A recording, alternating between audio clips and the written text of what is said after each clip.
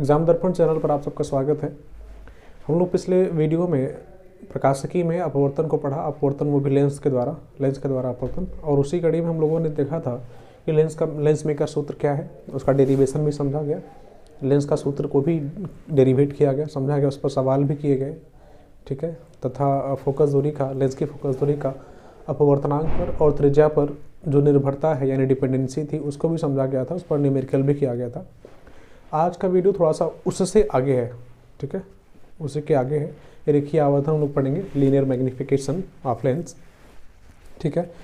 तो अगर आप पिछले वीडियोस को नहीं देखे हैं तो पहले उसको देख लीजिए, फिर यहाँ पर आइए तो आप बेटर समझ पाएंगे, बेटर फील करेंगे कहने का मतलब, ठीक है। और चलिए फिर आगे बढ़ते हैं हम लोग। लीनियर मैग्निफिकेशन, रेखीय आवर्धन, इसकी इंग्लिश होती है लीनियर मैग्निफिकेशन, LINEAR मैग्निफिकेशन, ठीक है। लीनियर मैग्निफिकेशन क्या है? मैग्नीफाई करने का मतलब है आवर्धित करना, बड़ा करना।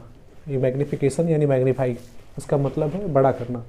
जैसे आप लेंस यूज़ कर रहे हैं या कैमरा यूज़ कर रहे हैं मोबाइल का, आप जो फ़ोटो खींचने के बाद उसको जूम करता है ना, जूम करके बड़ा करना, ये मैग्नीफाई है।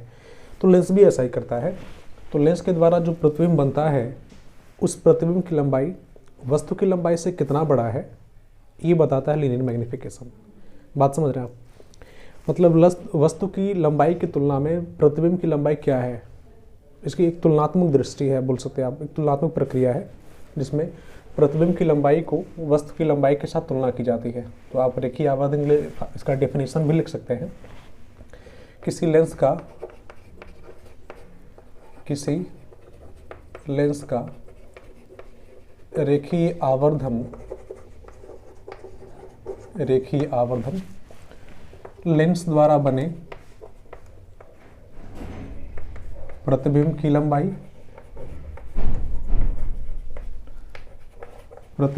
लंबाई एवं यानी तथा कर दो, तथा वस्तु की लंबाई के अनुपात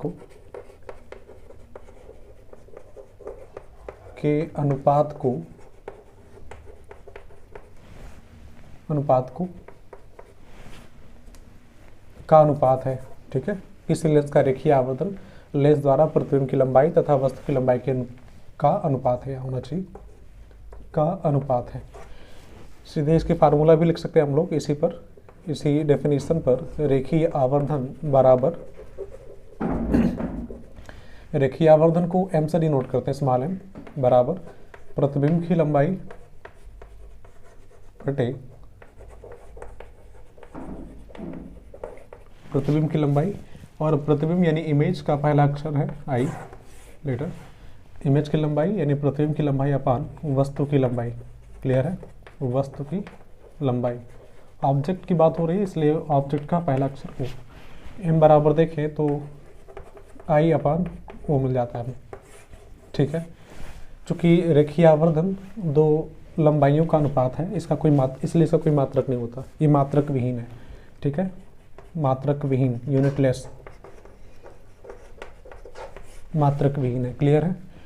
यहाँ पर हम बात करें तो आप लेंसों में बात करें, खासकर उत्तल और अवतल लेंस में, तो उत्तल लेंस में बात करें तो इमेज जो है वास्तविक, आभासी और दोनों बनता है, ठीक है। वस्तु से छोटा, बड़ा, बराबर, तीनों इस तरह से लंबाई के अनुसार देखें तो तीनों प्रकार से बनता है।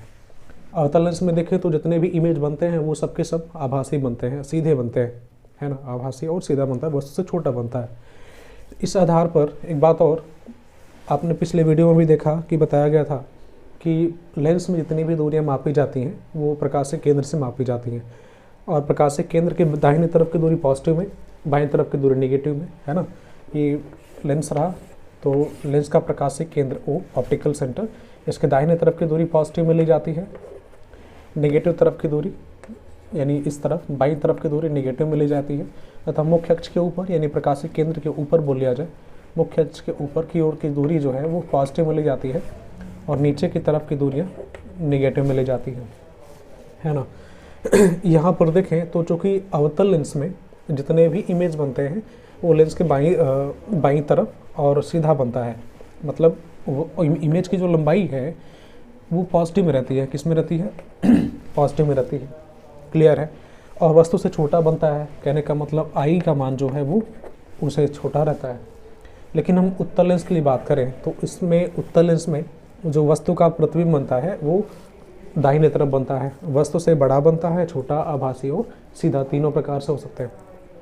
ठीक है, तो ऐसे में जब सीधा बनता है और वास्तविक बनता है तो आई बराबर, बात कर ले अगर, तो आई के लिए बात करें, अगर सीधा बनेगा यानी आभासी बनेगा तो आई पॉजिटिव में रहेगा। ठीक है, पॉजिटिव में रहेगा। अगर वास्तविक बनता है तो निगेटिव में रहेगा। क्लियर है? बराबर है तो आई बराबर ओ। बात समझ रहे हैं? अब ठीक है, पॉजिटिव और नेगेटिव। क्लियर है?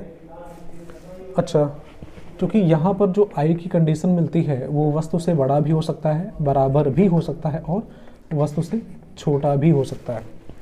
इस आधार पर अगर हम देखें तो रेखीय आवर्धन को यानी एम को हम लेंस के आधार पर यानी उत्तल लेंस में देखें, उत्तल लेंस यहाँ लिख लेते हैं, उत्तल लेंस, और ये अवतल लेंस। क्लियर है? अवतल लेंस, उत्तल लेंस में देखें तो m का जो वैल्यू मिल रहा है वो पॉजिटिव में है। ठीक है, इस आधार पर m का वैल्यू अगर पॉजिटिव में है, o का वैल्यू ऑलरेडी पॉजिटिव में होता है तो m का वैल्यू पॉजिटिव मिल जाएगा आपको उत्तल लेंस के लिए, सॉरी अवतल लेंस के लिए, माफ करना, ये अवतल लेंस के लिए पॉजिटिव मिलेगा।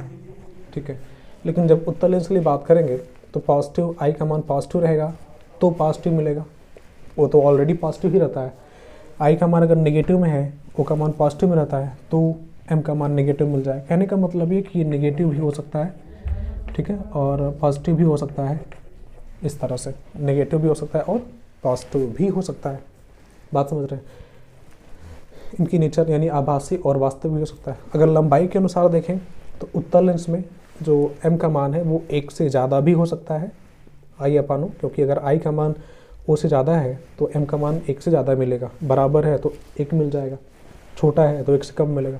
तो इस तरह से आप कह सकते हैं कि m का मान 1 से ज़्यादा, बराबर या m का मान 1 से कम भी हो सकता है। ठीक है, उत्तल लेंस के लिए। लेकिन अब अवतल लेंस के लिए बात करेंगे तो प्रतिबिंब की लंबाई हमेशा वस्तु से छोटी ही बनती है।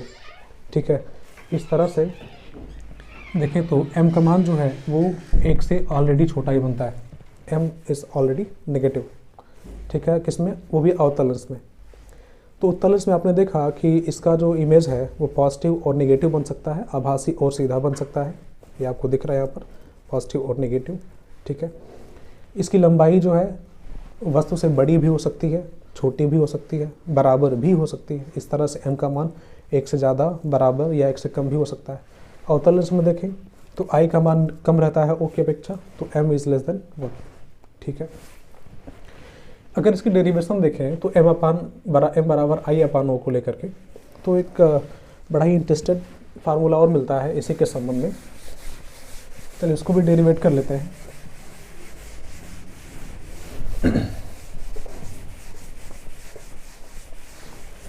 तो अभी जो रेखीय आवर्धन का फार्मूला है वो ये था कि m बराबर i अपान o। ठीक है, तो यहाँ पर चित्र है, ये लेंस है, लेंस का ये प्रकाशिक केंद्र O रहा, ये F।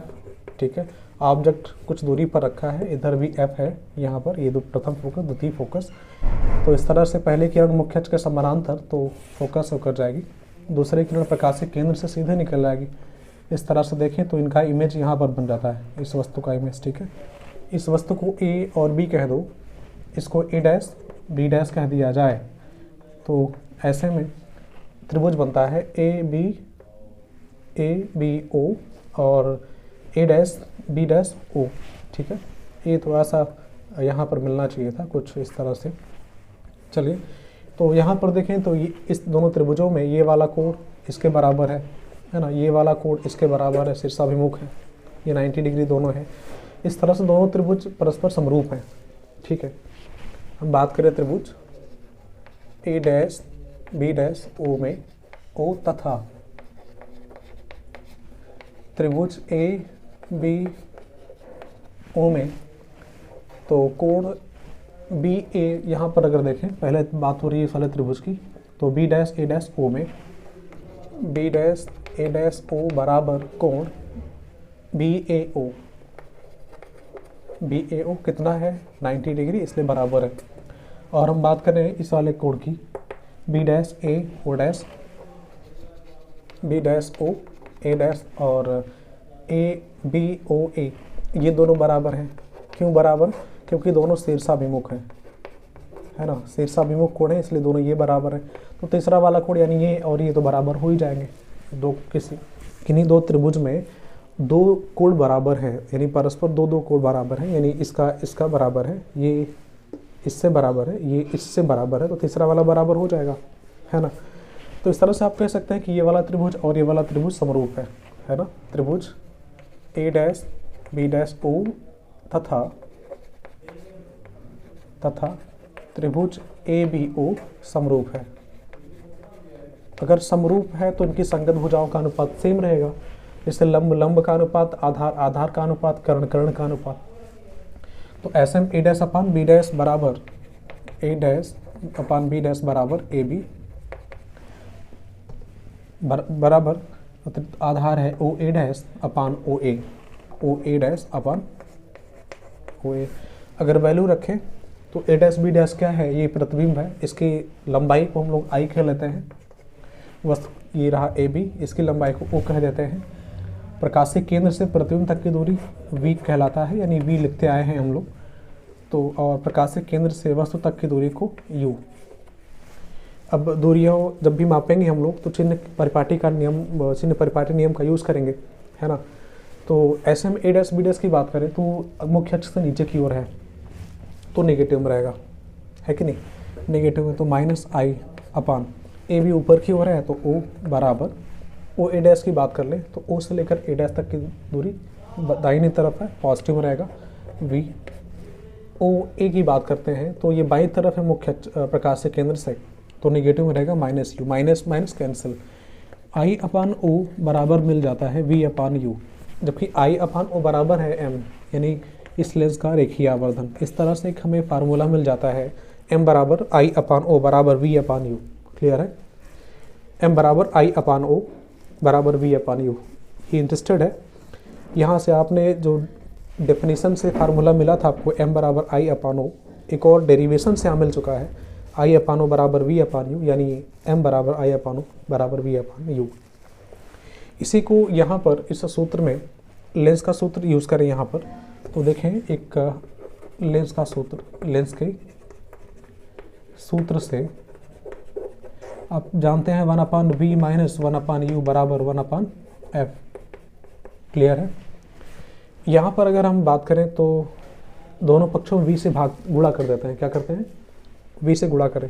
यहाँ पर करेंगे तो वी अपान वी हो जाएगा, ठीक है, वी अपान वी यानी 1, ठीक है, 1 माइनस यहाँ पर हो जाएगा वी अपान यू और यहाँ पर हो जाएगा वी अपान एफ। अब वी अपान यू बराबर होता है एम, ये दिख रहा है आपको, रखें तो 1 माइनस एम बराबर वी अपान एफ।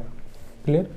इस 1 को इधर ले आते हैं तो मिलता है हमें माइनस एम बराबर वी अपान एफ माइनस 1। थोड़ा सा और सिंपल करें इसको तो m बराबर, यहाँ दोनों पक्षों में माइनस कॉमन लेते हैं, यहाँ पर पॉजिटिव m मिलेगा और यहाँ पर 1 माइनस वी अपान एफ हो जाएगा।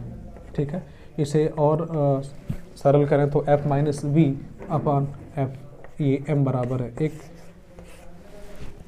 ये भी महत्वपूर्ण फार्मूला, m बराबर f minus V upon F मिल जाता है।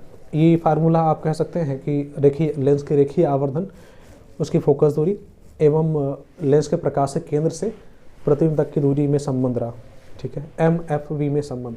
इसी को अगर हम यहीं पर इस वाले फार्मूले में अगर हम v से गुणा ना करके, यहाँ हमने किससे गुणा किया? v से गुणा करने पर, ठीक है, किया गया। अब हम u से करें तो हमें एक नया फार्मूला मिलेगा ऐसे ही, लेकिन वो एम एफ यू के संबंध में रहेगा। देख लेते हैं तो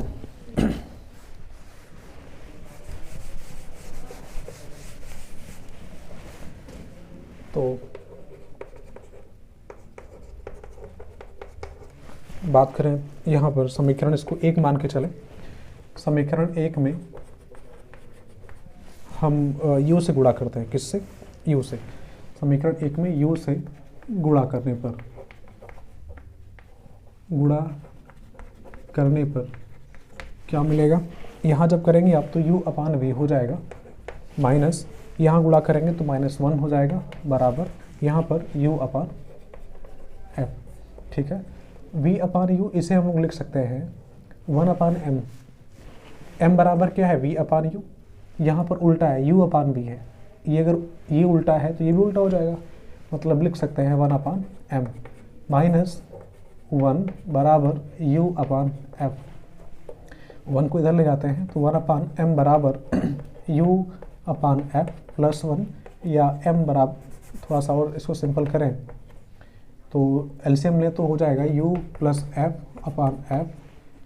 ठीक है, यहाँ पर m बराबर देखें तो मिल जाता है हमें f अपान f प्लस u। ठीक ऐसे ही फार्मूला है, यहाँ पर ये जो फार्मूला आ रहा है ये m f u में संबंध है, बात समझ रहे हैं। यहाँ पर m f v में संबंध था और यहाँ पर m f u में संबंध है, क्लियर है। तो इस तरह से रेखीय आवर्धन से संबंधित हमें 3 फार्मूले मिल चुके हैं, 3-4 फार्मूले। एक था m बराबर i अपान u, दूसरा यहाँ पर m बराबर v अपान u, तीसरा m बराबर f माइनस वी अपान f, और चौथा m बराबर f अपान f प्लस u। क्लियर हुआ, ठीक है। चलिए रेखीय आवर्धन से संबंधित हम और भी बातें कर लेते हैं, इनसे कुछ न्यूमेरिकल कर लेते हैं, ठीक है, क्योंकि इनसे न्यूमेरिकल जो बनते हैं थोड़ा सा ठीक ठाक बनते हैं। चलो कर लेते हैं फिर। तो सवाल आपके सामने है। पहला सवाल है, कह रहा है कि 15 सेंटीमीटर फोकस दूरी वाले उत्तल लेंस के सामने कोई वस्तु कहाँ रखी जाए कि उसका वास्तविक तथा 3 गुना बड़ा प्रतिबिंब बने। ठीक है, और दूसरा सवाल है, एक उत्तल लेंस की फोकस दूरी f है, किसी वस्तु का वास्तविक प्रतिबिंब n गुना बनाती है। ठीक है, लेंस से वस्तु के बीच की दूरी याद कीजिए। ठीक है, 2 सवाल है, पहले इनको कर लेते हैं फिर और सवाल करेंगे। तो इस पहले वाले क्वेश्चन में देखें तो उत्तल लेंस की फोकस दूरी कितनी है, 15 सेंटीमीटर। सॉल्यूशन, पहले क्वेश्चन की बात हो रही है।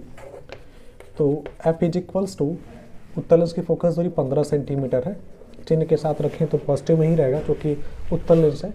कहने कि इसके सामने कोई वस्तु कहाँ रखे जाए, मतलब u ज्ञात करना है, प्रकाशिक केंद्र से वस्तु तक की दूरी ज्ञात करनी है, और कह रहे हैं कि उसका वास्तविक तथा 3 गुना बड़ा प्रतिबिंब बने, मतलब i का मान जो है यानी प्रतिबिंब की लंबाई वो वस्तु की लंबाई तक 3 गुना होना चाहिए।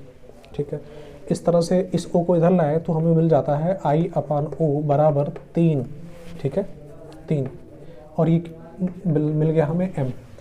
चूँकि कह रहा है कि वास्तविक प्रतिबिंब बने, यहाँ पर वास्तविक, तो इसका मतलब है कि प्रतिबिंब जो है उल्टा बनेगा, मुख्य से नीचे की ओर।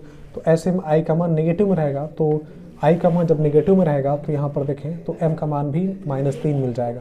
तो m बराबर -3 मिला। हमें u चाहिए। अभी हम लोगों ने एक फार्मूला डेरिवेट किया था, m बराबर f upon f plus u।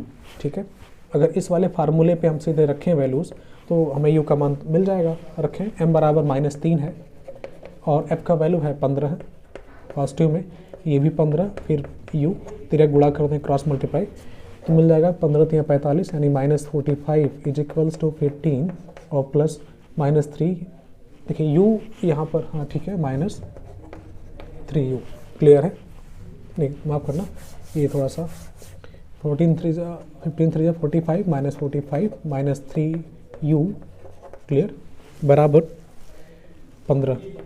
Please इसको आप ले आएंगे इस तरफ तो 3u बराबर हो जाएगा 15 45 और 15 60 और u बराबर -20 आ जाएगा, 20 सेंटीमीटर। इसका मतलब ये कि वस्तु को लेंस के ठीक सामने 20 सेंटीमीटर की दूरी पर रखना होगा, तो हमें उस वस्तु का प्रतिबिंब वास्तविक मिल बनेगा और 3 गुना बड़ा बनेगा। एक अगला सवाल है, कह रहा है कि एक उत्तल लेंस की फोकस दूरी f है, किसी वस्तु का वास्तविक प्रतिबिंब n गुना बनाती है। ठीक है, लेंस से वस्तु के बीच की दूरी याद करनी, सेम इसी फार्मूले पर है, आप निकाल सकते हैं। फोकस दूरी है f। ठीक है, वास्तविक प्रतिबिंब n गुना, मतलब i का जो मान है वो वास्तविक प्रतिबिंब के लिए माइनस में रहेगा, n गुना बन रहा है, इसका मतलब n गुणे o। क्लियर, यहाँ से m बराबर हमें मिल जाएगा, इसको इधर ले आए तो i अपान o बराबर -n। क्लियर है, तो m बराबर क्या मिला, -n। u चाहिए, फार्मूले में रखें तो F बराबर, यहाँ फार्मूला है M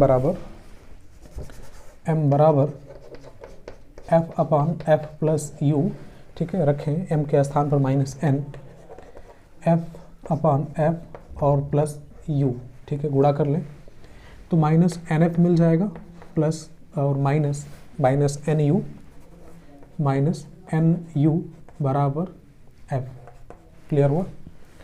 U बराबर देखें तो माइनस NU बराबर, इसको इधर ले आए तो F प्लस NF, ठीक है, F प्लस NF, यहाँ पर F कॉमन है तो U बराबर मिल जाएगा माइनस NU बराबर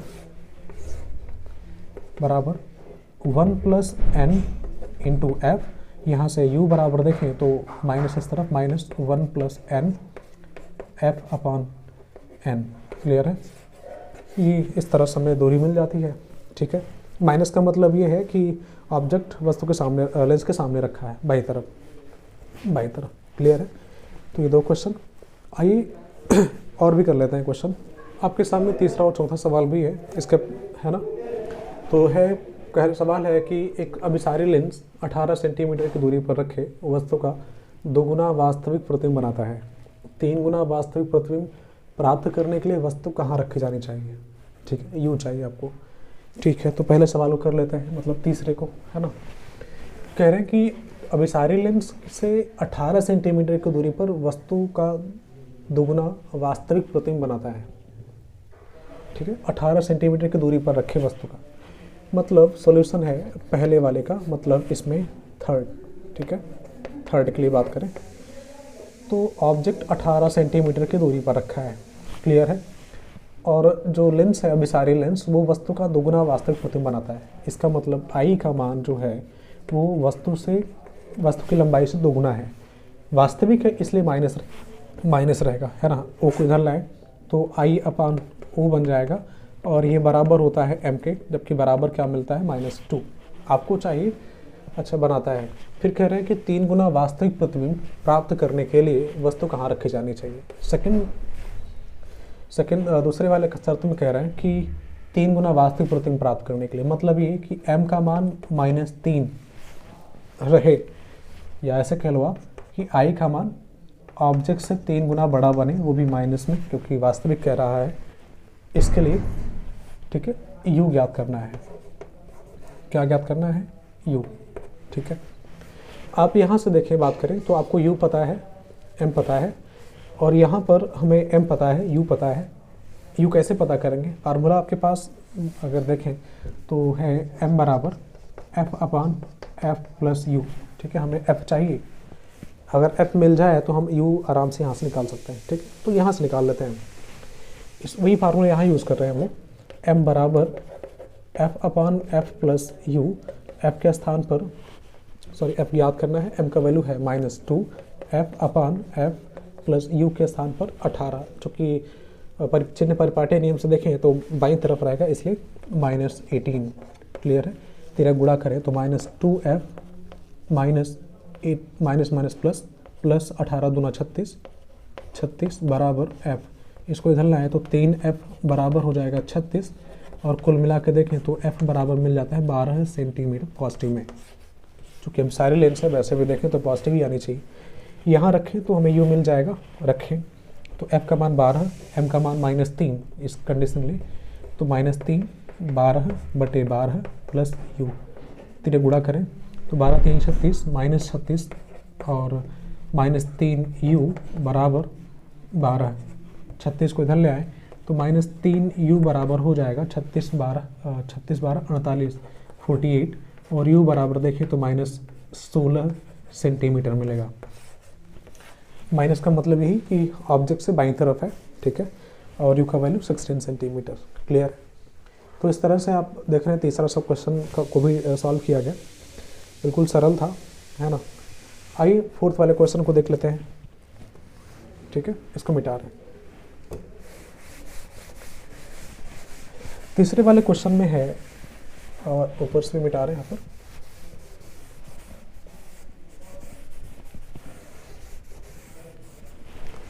तीसरे वाले क्वेश्चन में है कि एक प्रकाश स्रोत एवं पर्दे के बीच की दूरी 100 सेंटीमीटर है।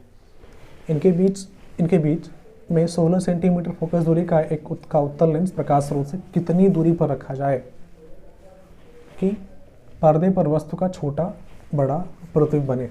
दोनों दशाओं में प्रतिबिंब का आवर्धन भी बताना है।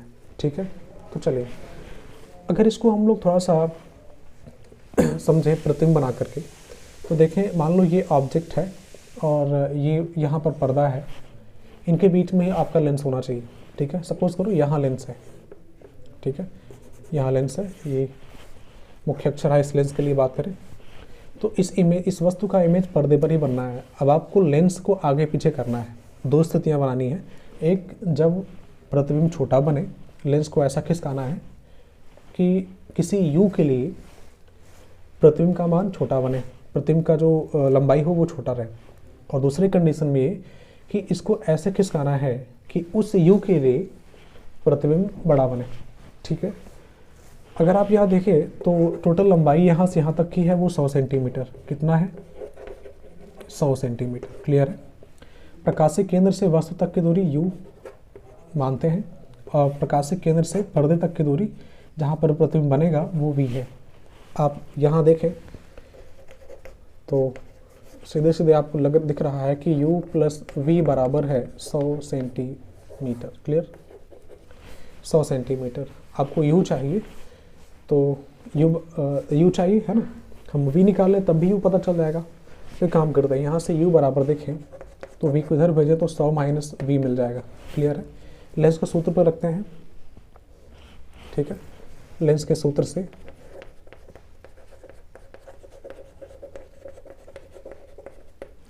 लेंस का सूत्र है 1/f is equals to 1/v minus 1/u रखें। तो 1/f is equals to 1/v minus u के स्थान पर चिन्ह के साथ रहेगा बाई तरफ, तो माइनस 100 माइनस v। क्लियर है? थोड़ा सा और सॉल्व करें तो ये माइनस माइनस प्लस हो जाएगा और एलसीएम लेंगे तो ऊपर हो जाएगा 100 माइनस v और ये plus v upon v into 100 minus v। Clear है? ये माइनस, ठीक है, जब आप देखिए माइनस माइनस उड़ा हो जाएगा। ठीक है, तो इसका एलसीएम लेंगे दोनों का तो v इंटू ब्रैकेट में 100 माइनस v हो जाएगा। इसका इधर गुड़ा, इसका इधर गुड़ा हो जाएगा। ठीक है, ये बराबर है 1/f के। तिरक गुणा करते हैं, अगर आप तिरक गुणा करें तो इधर हो जाएगा v 100 माइनस, सीधे गुणा करते हैं, गुणा करके लिखते हैं v गुणे 100 मतलब 100v माइनस v स्क्वायर, ठीक है, बराबर 100f। ठीक है, देखिए v से भी कैंसिल, v से भी कैंसिल, बराबर 100f। ठीक है, इसको लिख सकते हैं v स्क्वायर माइनस में प्लस 100v माइनस 100f बराबर 0। क्लियर है? v कॉमन ले दोनों तरफ से तो v स्क्वायर बराबर 100 माइनस और यहाँ प्लस हो जाएगा प्लस 100f। क्लियर? बराबर 0। अब देखें तो एक द्विघात समीकरण बन रहा है v की रिस्पेक्ट में, जहाँ v क्या है? एक चर राशि है। ये f एक कांस्टेंट वैल्यू है जो कि दिया हुआ है वैसे 16। ठीक है, यहाँ पर v निकालने के लिए हम श्रीधराचार्य नियम का यानी उस फार्मूले को यूज़ कर सकते हैं। अगर करें तो हमको मिलता है v बराबर, इसको मिटा रहे हैं यहाँ पर,